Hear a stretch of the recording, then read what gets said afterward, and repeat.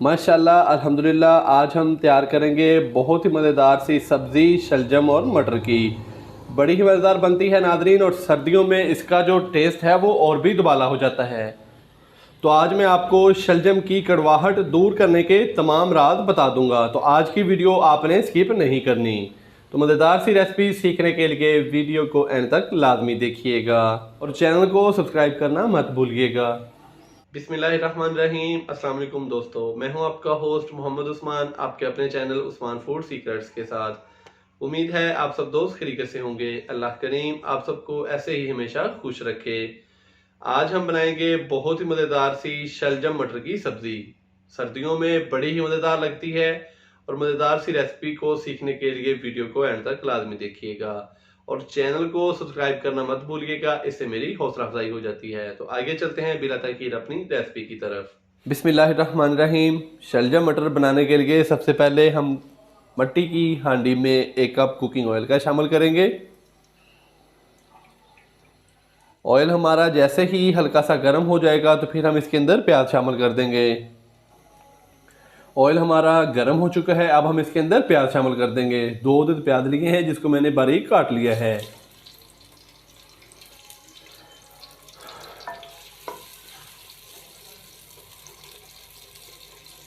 प्याज को हम लाइट ब्राउन कर लेंगे।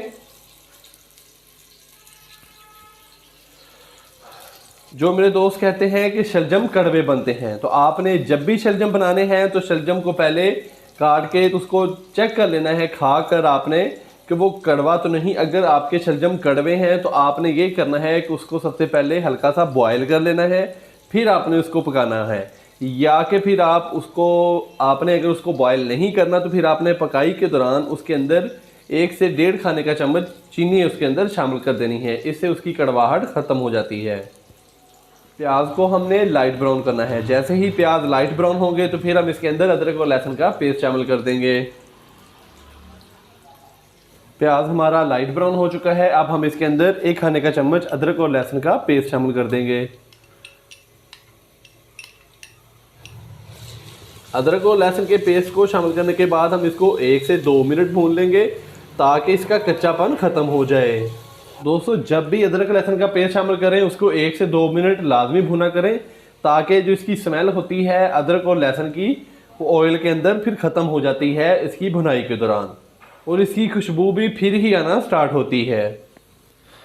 अदरक और लहसुन के पेस्ट को शामिल करके हमने इसको 1 से 2 मिनट अच्छे तरीके से भून लिया है। अब हम इसके अंदर शामिल करेंगे टमाटर। 2 अदद टमाटर लिए हैं जिसको मैंने बारीक काट लिया है। टमाटरों के साथ ही मैं बाकी भी स्पाइसी मसाले शामिल कर दूंगा। 1 टीस्पून नमक शामिल करेंगे। नमक आप अपने टेस्ट के मुताबिक कम या ज़्यादा भी इस्तेमाल कर सकते हैं। हाफ़ टी स्पून लाल मिर्च का पाउडर शामिल करेंगे। हाफ़ टी स्पून कुटी हुई लाल मिर्च शामिल करेंगे इसके अंदर, और हाफ़ टी स्पून ही हल्दी पाउडर का शामिल कर देंगे।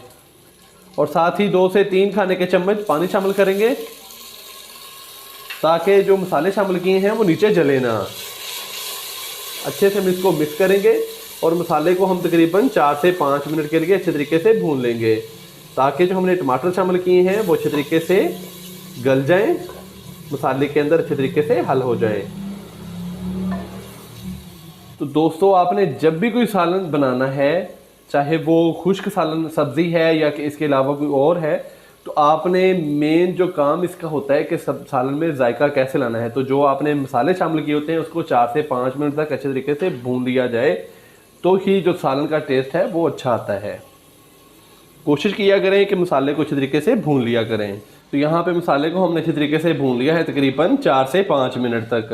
तो अब हम इसके अंदर शामिल करेंगे मटर।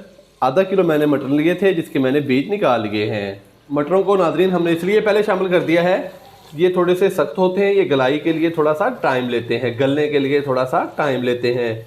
तो हमने मटरों को पहले शामिल कर दिया है, और हम मटर शामिल करने के बाद इसको 3 से 4 मिनट भून लेंगे अच्छे तरीके से, और फिर हम इसके अंदर शलजम शामिल कर देंगे।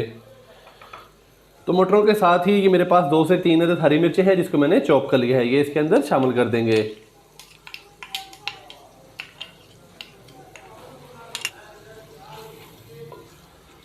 अच्छे से मिक्स करेंगे। और मटरों को हम 2 से 3 मिनट के लिए भून लेंगे।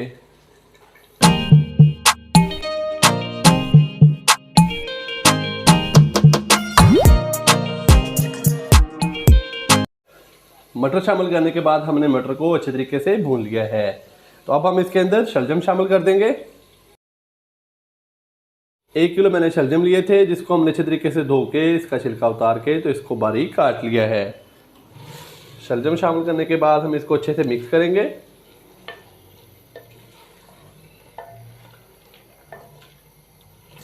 और 1 से 2 मिनट इसकी भुनाई कर लेंगे और फिर हम इसको नॉर्मल आंच पे कवर कर देंगे 8 से 10 मिनट के लिए।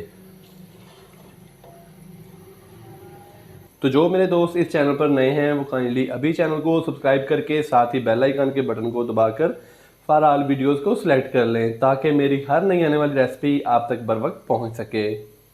शलजमों को शामिल किए हुए तकरीबन 2 से 3 मिनट हो चुके हैं। तो देखें माशाल्लाह से शलजमों ने हल्का हल्का पानी छोड़ दिया है। अब हम इसकी आंच जो है वो दम वाली कर देंगे और ऊपर से हम इसको कवर कर देंगे 8 से 10 मिनट के लिए, ताकि ये अपने ही पानी से शलजम अच्छे तरीके से पक जाएं।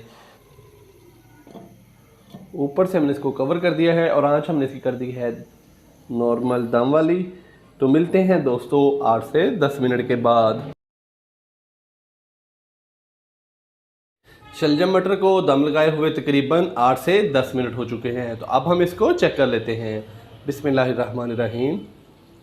तो माशाल्लाह से बहुत ही मज़ेदार से हमारे शलजम मटर तैयार हो चुके हैं। इस टाइम पे आके हम सब धनिया शामिल करेंगे। सब धनिया शामिल करने के बाद हम इसको अच्छे से मिक्स कर देंगे। तो माशाल्लाह से बहुत ही मज़ेदार सी शलजम मटर की सब्ज़ी हमारी तैयार हो चुकी है। तो अब हम इसको अलग बर्तन में निकाल लेते हैं और चलते हैं इसकी फाइनल लुक की तरफ।